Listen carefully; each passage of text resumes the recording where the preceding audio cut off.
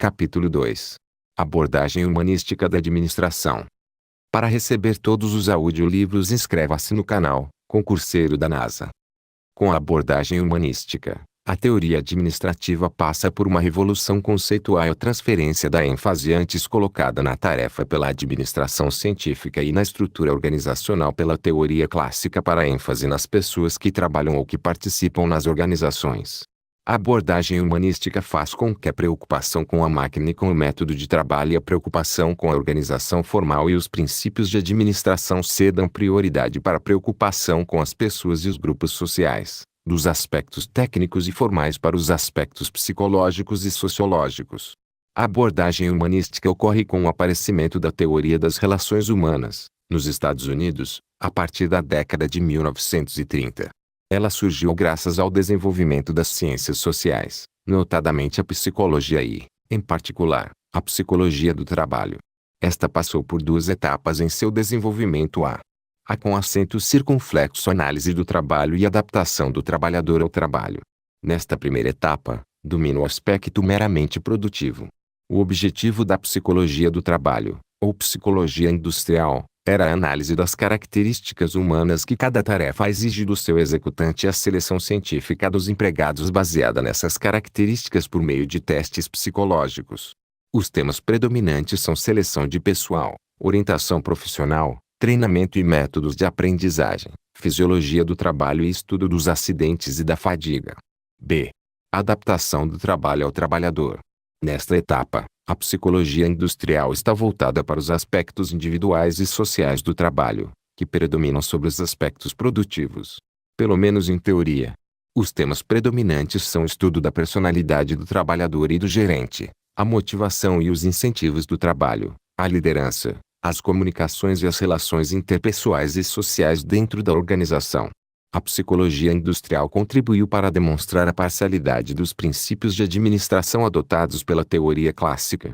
Além do mais, as modificações ocorridas no panorama social, econômico, político, tecnológico vieram trazer novas variáveis para o estudo da administração. Com a Grande Depressão Econômica que atormentou o mundo todo por volta de 1929, a busca da eficiência nas organizações passou a ser intensificada.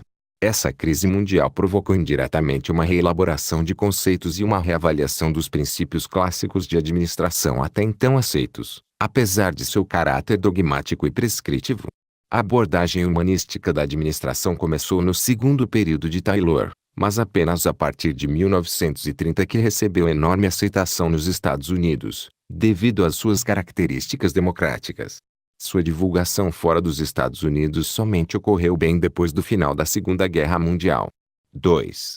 E teoria das relações humanas. A teoria das relações humanas ou escola humanística da administração surgiu nos Estados Unidos, como consequência das conclusões da experiência de Hawthorne, desenvolvida por Elton Mayo e colaboradores.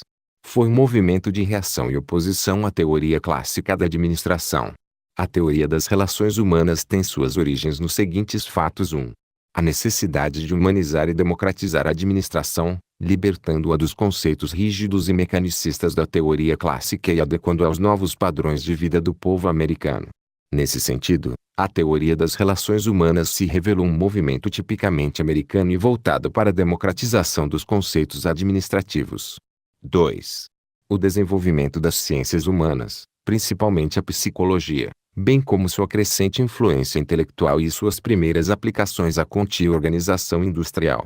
As ciências humanas vieram demonstrar a inadequação dos princípios da teoria clássica. 3. As ideias da filosofia pragmática de John Dewey e da psicologia dinâmica de Kurt Lewin foram fundamentais para o humanismo na administração.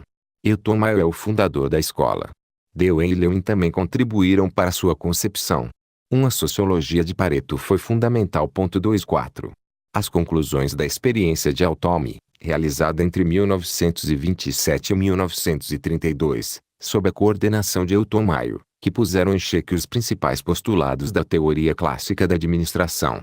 O advento da teoria das relações humanas trouxe uma nova linguagem que passou a dominar o repertório administrativo. Fala-se agora em motivação, liderança, comunicação, organização informal, dinâmica de grupo, etc.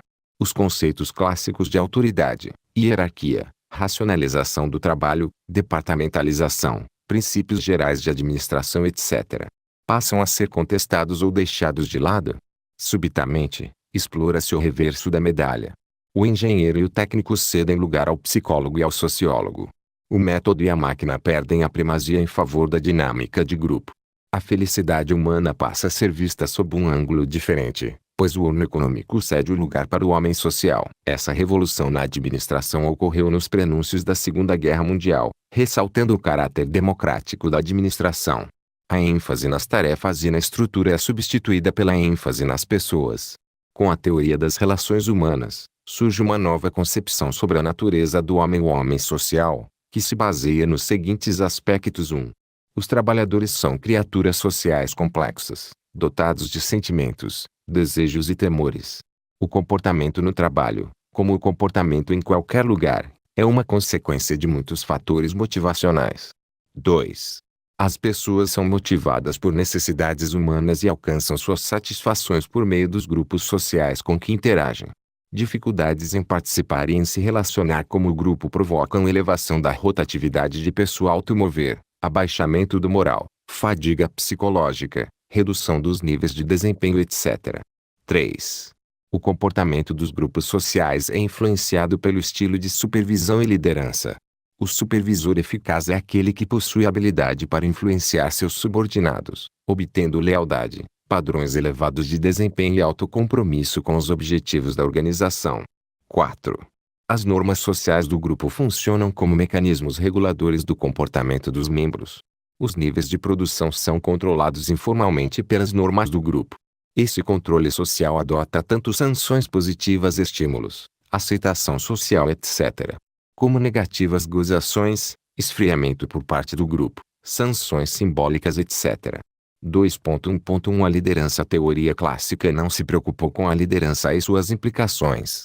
Os autores clássicos apenas se referiram superficialmente à liderança, pois ela não chegou a constituir um assunto de interesse.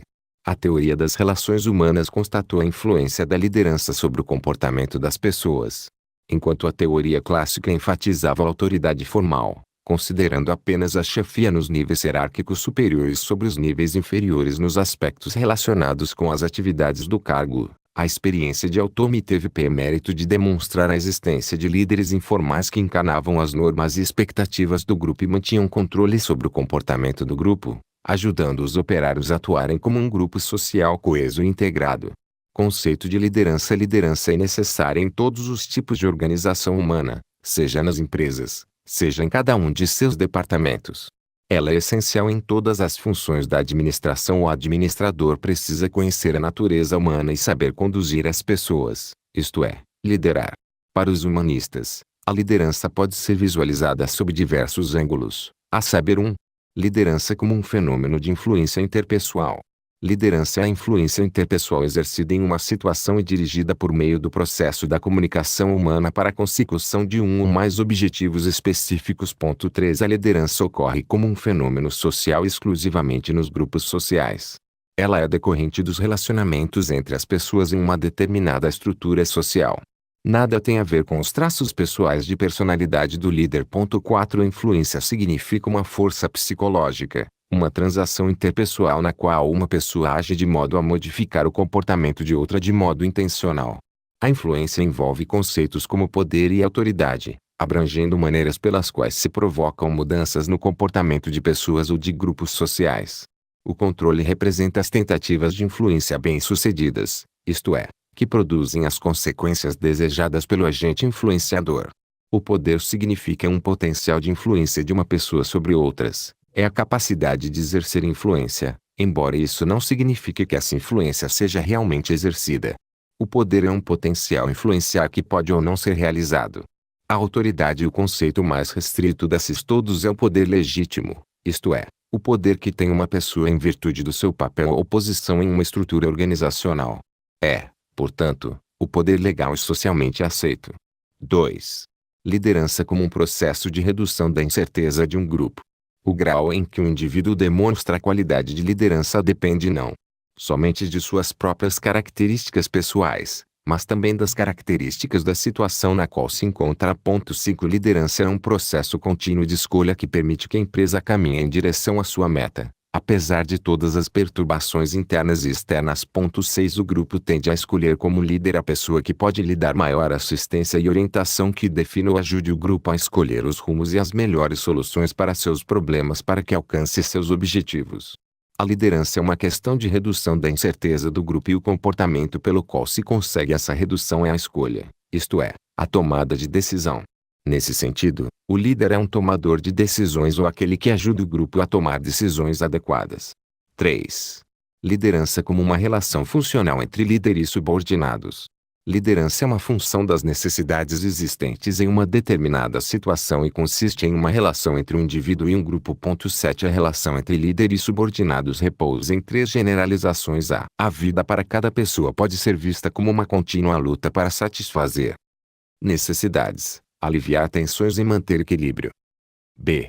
A maior parte das necessidades individuais, em nossa cultura, é satisfeita por meio de relações com outras pessoas e grupos sociais. C. Para a pessoa, o processo de se relacionar com outras pessoas é um processo ativo, e não passivo, de satisfazer necessidades. A pessoa não espera que a relação capaz de lhe proporcionar os meios de satisfazer uma necessidade ocorra naturalmente, mas ela própria procura os relacionamentos adequados ou utiliza os relacionamentos já existentes com o propósito de satisfazer suas necessidades pessoais. Há uma relação funcional em que o líder é percebido pelo grupo como possuidor ou controlador dos meios para a satisfação de suas necessidades. Assim, segui-lo pode constituir para o grupo um meio para aumentar a satisfação de suas necessidades ou de evitar sua diminuição. O líder surge como um meio para a consecução dos objetivos desejados por um grupo. 8. Assim, o líder é um estrategista que sabe indicar os rumos para as pessoas. 4. Liderança como um processo em função do líder, dos seguidores e de variáveis da situação. Liderança é o processo de exercer influência sobre pessoas ou grupos nos esforços para a realização de objetivos em uma determinada situação. A liderança depende de variáveis no líder 1, nos subordinados S e na situação V. Ela pode ser definida pela equação L igual a F1, S, V. 9. A liderança existe em função das necessidades existentes em determinada situação, ou seja, da conjugação de características pessoais do líder, dos subordinados e da situação que os envolve. Trata-se de uma abordagem situacional. O líder é a pessoa que sabe conjugar e ajustar todas essas características. Assim, não há um tipo único e exclusivo para cada situação. 2.1.2 A comunicação. Comunicação é a troca de informações entre pessoas.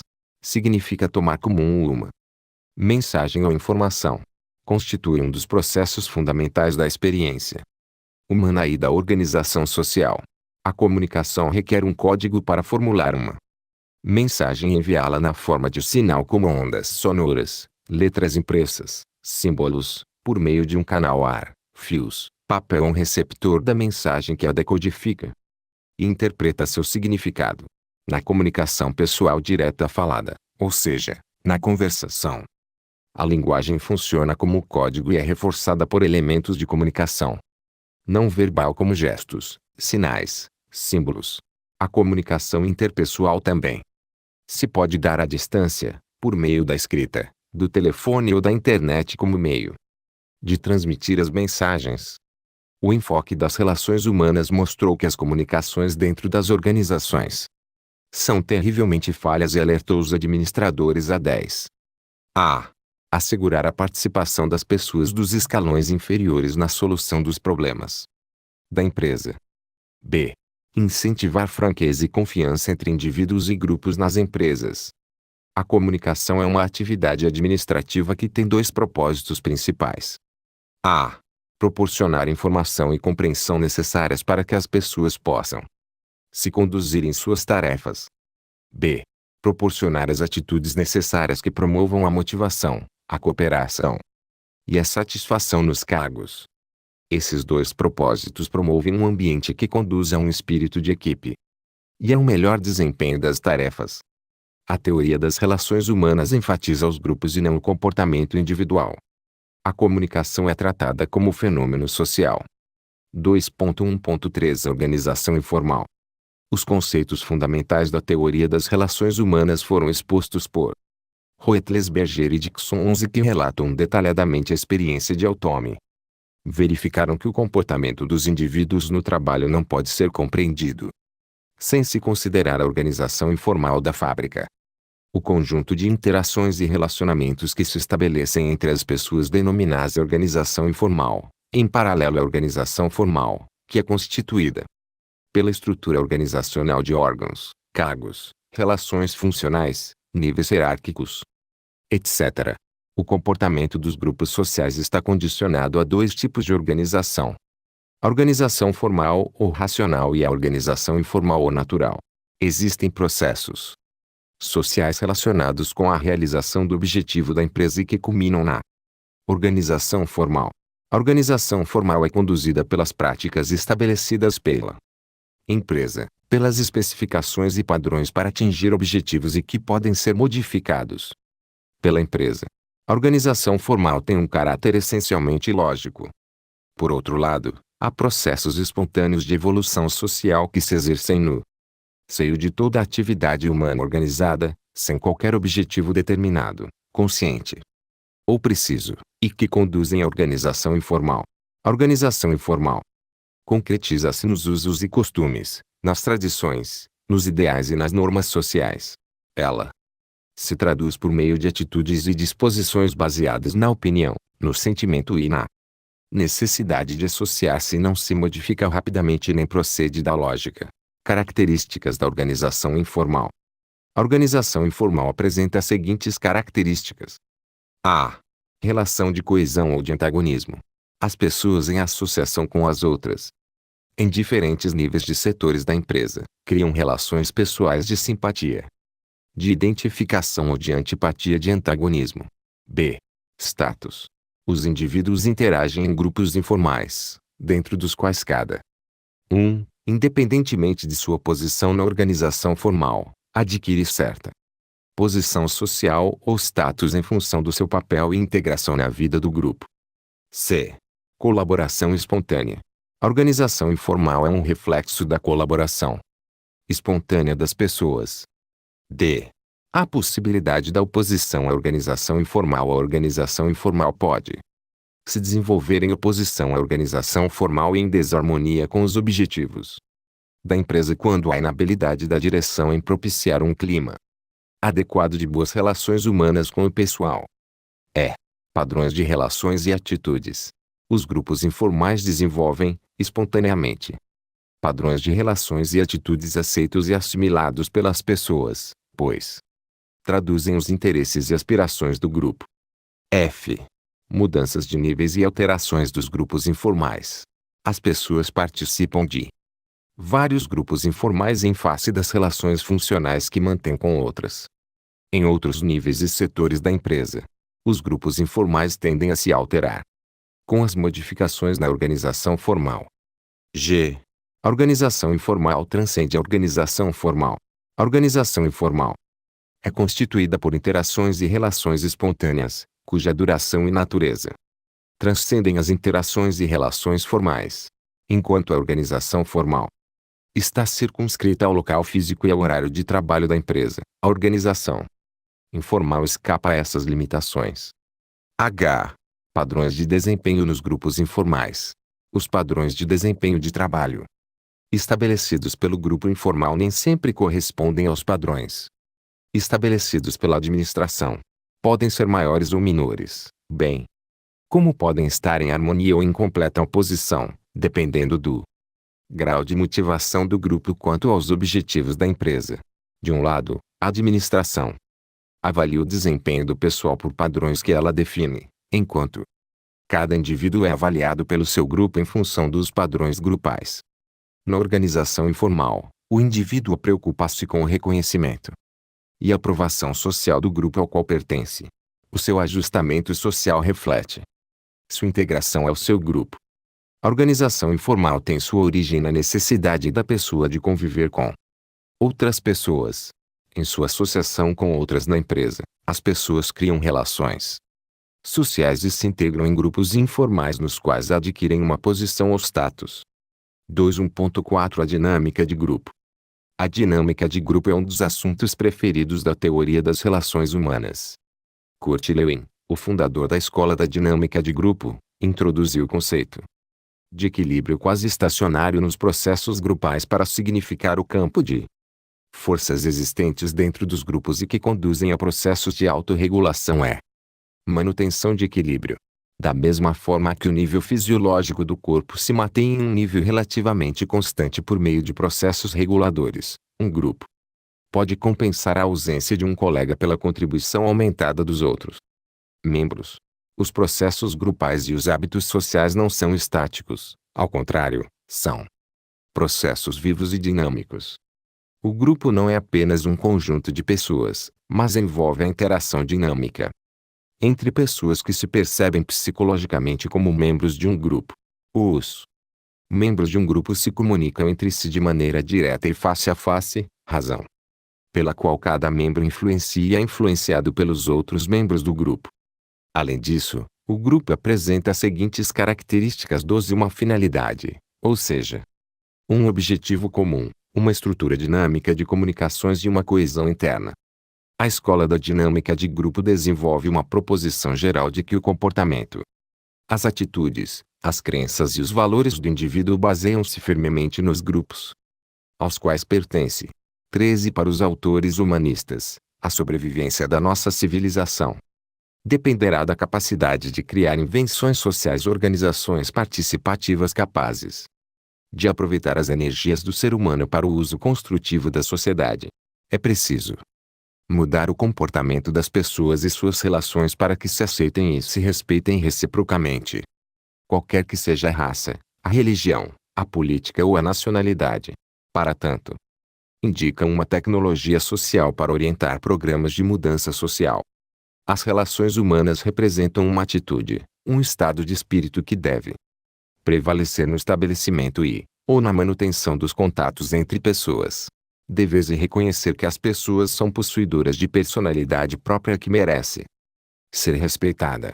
Isso implica uma compreensão sadia de que toda pessoa traz consigo, em todas as situações, necessidades materiais, sociais ou psicológicas, que procura satisfazer e que motivam e dirigem seu comportamento neste ou naquele sentido. Assim como as pessoas são diferentes entre si, também a composição e a estrutura das necessidades variam de indivíduo para indivíduo. 14 De acordo com esse conceito, praticar relações humanas significa mais do que estabelecer ou manter contatos com outros indivíduos. Significa estar condicionado nessas relações por uma atitude, um estado de espírito, ou uma maneira de ver as coisas, que permita compreender as pessoas, respeitando sua personalidade, que sem dúvida é diferente da nossa. 15 Esse conceito se aplica a qualquer situação no lar, na escola, no trabalho, etc. 2. 1.5 Conclusão. Apesar das críticas, não resta dúvida de que a escola das relações humanas abriu novos horizontes à teoria administrativa em duas orientações bem definidas. A primeira orientação é a chamada equação humana. O sucesso das organizações depende diretamente das pessoas. Hoje se reconhece que a maneira como a organização trata e gerencia as pessoas é o segredo do seu sucesso e competitividade. 16 Atualmente, essa herança inestimável da abordagem humanística está sendo assumida pelas organizações bem-sucedidas do mundo todo. A segunda orientação é o novo papel do administrador. O administrador deve saber comunicar, liderar, motivar e conduzir as pessoas. Precisa deixar de ser o gerente autocrático e impositivo para ganhar a aceitação das pessoas e seu comprometimento com a organização. Como o sucesso da organização depende diretamente das pessoas, o trabalho básico do administrador é lidar com as pessoas que fazem parte da organização. Para Pfeffer, a chave do sucesso organizacional está nas pessoas e na liderança. O administrador deve ser um verdadeiro líder. Existem 3 princípios que os líderes usam para transformar as organizações e obter comprometimento. 17.1 Desenvolver confiança nas pessoas. Não se pode desenvolver confiança sem tratar as pessoas com respeito e dignidade. A confiança exige que os valores organizacionais adotados tenham forte significado para as pessoas. 2. Os líderes devem estimular a mudança. Para isso, precisam respeitar as pessoas e aprender que a mudança envolve todas as suas atividades. Os líderes devem romper com os hábitos, mudando a forma como a empresa é organizada. Mudar o arranjo físico de um escritório é uma maneira de criar um clima de mudança. 3. Os líderes devem avaliar o que é importante e prioritário. Os líderes devem desenvolver sistemas que gerem capacidade e competência distintiva para sua organização, e devem encaminhar as pessoas nesse sentido. Nos dias de hoje, o administrador precisa possuir certas competências básicas: relacionamento interpessoal, comunicação, liderança, motivação e resolução de conflitos. Além disso, deve saber construir e dinamizar equipes de trabalho. O trabalho em equipe está em alta no mundo dos negócios.